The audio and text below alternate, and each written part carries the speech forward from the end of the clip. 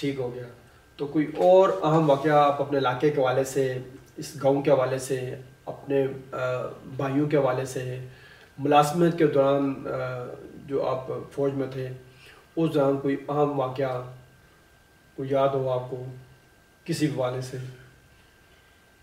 مثلاً وہاں پر تو فوج میں دیکھے نا، نوکری فوج کے حکم کے مطابق ہوتی ہے، جو بھی کام ہوگا آرڈر کے مطابق ہوتا ہے، وہ ہم کرتے رہے. ٹیکنیکل محکمے میں تھے، وہاں ہم گاڑیوں کے کام کرتے تھے. اچھا، آپ کی تاریخ پیدائش کتنی ہے؟ تاریخ پیدائش 27 اپریل 1940. 1940. آپ کی پیدائش کے بعد پاکستان کی پیدائش ہوئی، یعنی پاکستان کا قیام عمل میں لایا گیا. جی جی. آپ قیام پاکستان کے دوران کوئی اہم واقعہ بتائیں، اس وقت آپ کی کیا احساسات تھے، کیا جذبات تھے؟ ہم چھوٹے تھے تو جب پاکستان بنا نا ایک ہی شور پڑ گیا، ہندو آئے، سکھ آئے، سکھ آئے، سکھ آئے. اچھا. لوگوں نے کوئی ادھر بھاگ رہا ہے، کوئی ادھر بھاگ رہا ہے، کوئی جنگلوں میں جا رہا ہے، کوئی غیروں میں گھس رہا ہے، کوئی چھپ کر گزرا ہے کہ بچوں بچوں سکھ آ گئے، سکھ آ گئے. پھر اپنے آرمی کے بندے ہیں، انہوں نے کہا کوئی بھی نہیں ہے، سب ادھر ڈٹ کر کھڑے رہو. کھڑے ہو گئے. سمجھیں جی، بڑا اس کو اللہ گلا ایک مچ گیا تھا کہ غیر مسلم آ گئے، غیر مسلم آ گئے، سکھ آ گئے، ہندو آ گئے، ہندو آ گئے. اچھا اچھا. بانی پاکستان قائد اعظم محمد علی جناح جی جی، جنہوں نے پاکستان میں آیا اپنے رفقائے کار کے ساتھ، جی، اللہ ساتھیوں کے جنت ساتھ، نصیب ماشاء اللہ تعالیٰ ان کو کرور جنت فردوس میں جگہ عطا فرمائے. آمین.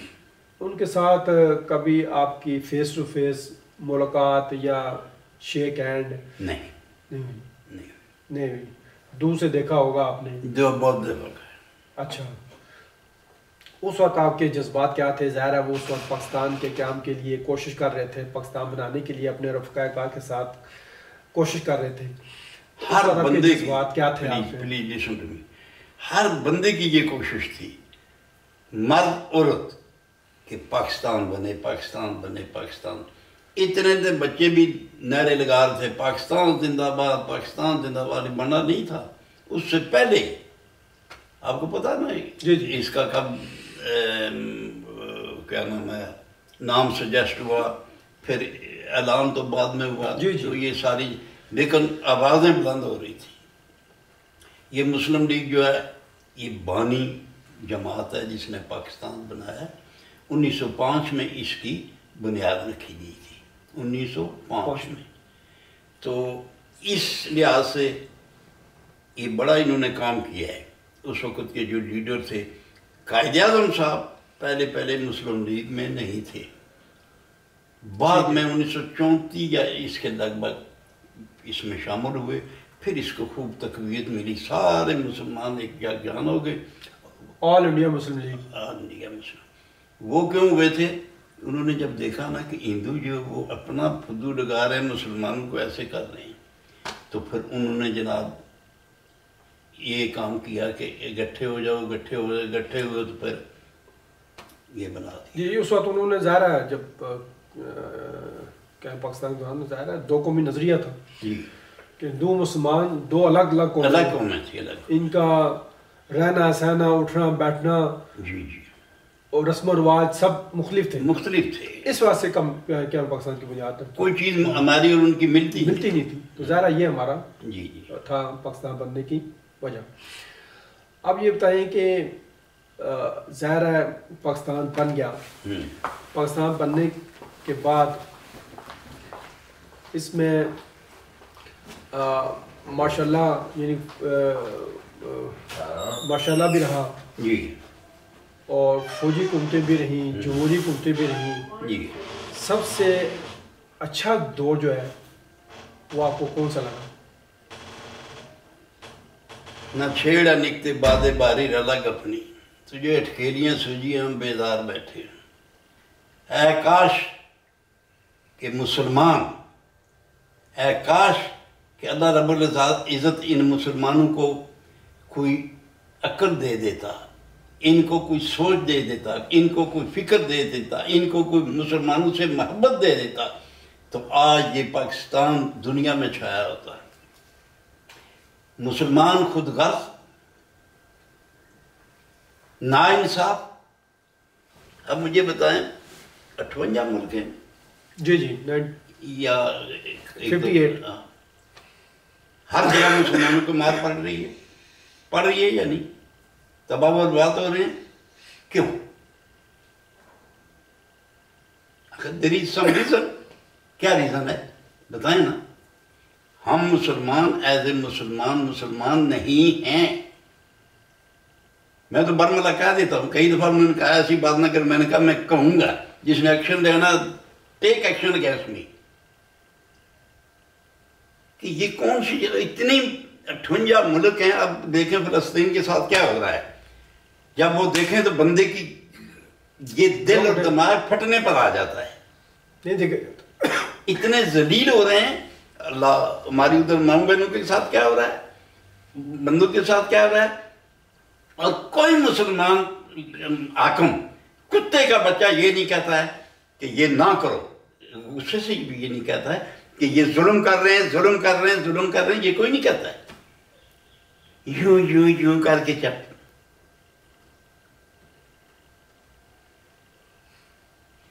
آپ دیکھیں نا 313 نے کئی ہزار کا مقابلہ کیا ہے. جذبہ ایمانی تھا وہ. جذبہ ایمانی سے بات بنتی ہے.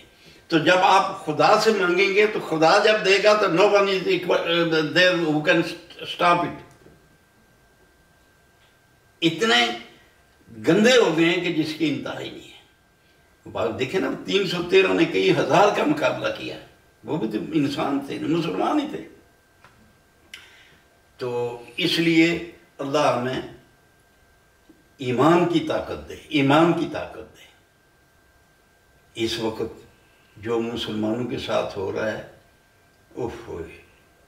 ایک بھی آتا ہے وہ بھی یہودیوں کا ایجنٹ، دوسرا بھی یہودیوں کا ایجنٹ. یہودیوں کے نیچے جا رہے ہیں.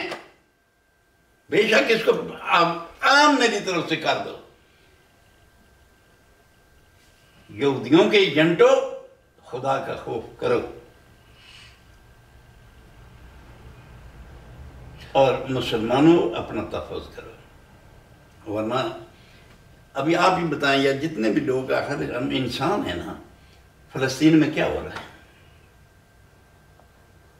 بے شک اللہ تعالیٰ کرم فرمائے اور مسلمانوں کے لیے آسانیاں پیدا فرمائے. اچھا میں اپنا سوال دوبارہ دہراتا ہوں. جی پاکستان میں جب سے پاکستان بنا ہے، ہاں اس وقت لے کر آج تک فوجی حکومت بھی رہی، جمہوری حکومتیں بھی رہی. میں بھول گیا تھا. ٹھیک. فوجی حکومتیں بھی رہی ہیں اور جمہوری حکومتیں بھی رہی ہیں. آپ فوجی حکومت سے مطمئن ہیں یا جمہوری حکومت سے، یا کس جمہوری حکومت سے مطمئن ہے یا کس فوجی حکومت سے مطمئن ہے؟ ٹھیک ہے. یحییٰ خان، ایوب خان، جنرل ضیاء الحق، مشرف، پرویز مشرف، پھر آگے جمہوری حکومت کی طرف آئے بینظیر بھٹو، نواز شریف. ٹھیک ہے. تحریک انصاف، پھر کوئی اتحادی حکومتیں بھی رہی ہیں. تو آپ کیا سب رہی ہیں. پلیز جب پاکستان بنا ہے نا، تو میں چھوٹا تھا 7-8 سال کا، لیکن